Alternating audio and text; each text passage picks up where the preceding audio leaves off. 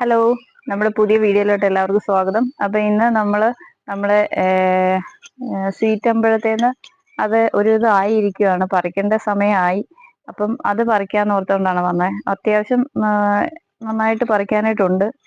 ഇതൊന്നും ആയിട്ടില്ല, കണ്ടോ. ഒരു ഇത് കഴിയുമ്പോഴേക്കും അടുത്ത ഇത് വന്നുകൊണ്ടിരിക്കും.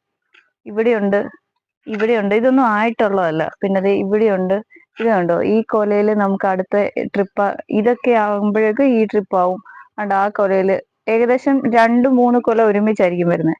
പിന്നെ ഇപ്പം നമുക്ക് പറിക്കാനായിട്ട് അതുപോലെ തന്നെ ഇത് കണ്ടോ, ഇവിടെയുണ്ട്, ദേ ഇവിടെയുണ്ട്. നമുക്ക് ഈ കൊലയാണ് പറിക്കാൻ. ഈ കൊല ഇത് കണ്ടോ, ഇത്രയും മൂത്ത് കിടക്കുക.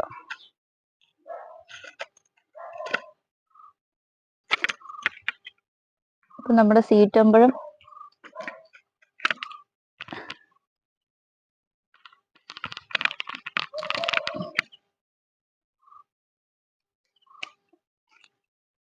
ഇതാണ്. നമ്മുടെ ഇനിയുണ്ട് ഈ ട്രിപ്പിൽ കുറെയൊക്കെ ഈ കഴിച്ച് നമ്മൾ ഇടയ്ക്കിടയ്ക്ക് ഇങ്ങനെ പറിച്ച് ഉപ്പും മുളകും കൂടെ തേച്ച് കഴിക്കാനായിട്ട് നല്ല ടേസ്റ്റാണ്.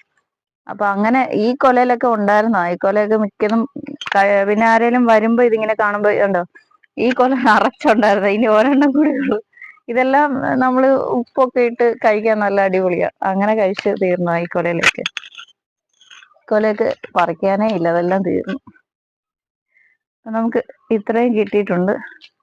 ഇത് വെച്ച് നമുക്ക് ഒന്നെങ്കിൽ ഉപ്പിലിടാം, അല്ലെങ്കിൽ അച്ചാറിടാം, എന്ത് വേണേലും ചെയ്യാം.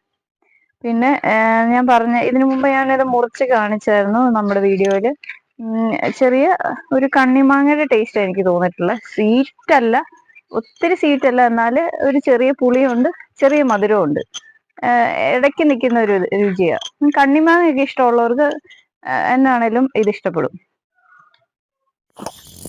ഇത് നമ്മളിങ്ങനെ ചെറുതായിട്ട് അരിഞ്ഞ് ഇതുപോലെ അരിഞ്ഞിട്ട് ഉപ്പ് തേച്ചിട്ട് നമ്മൾ ഒരു ദിവസം വെച്ചേക്കും.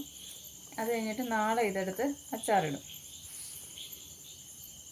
ഇത് വേണമെങ്കിൽ നമുക്ക് നാളെ കുറച്ച് നേരം വെയിൽ കൊള്ളിക്കുകയാണെങ്കിൽ ഇതിനകത്ത് വെള്ളമൊക്കെ പോയി കിട്ടും. അപ്പം ഉപ്പൊക്കെ നന്നായിട്ട് പിടിച്ച് ഒന്നും കൂടെ നന്നായിട്ട് ടേസ്റ്റ് കുറച്ചുകൂടെ കൂടും.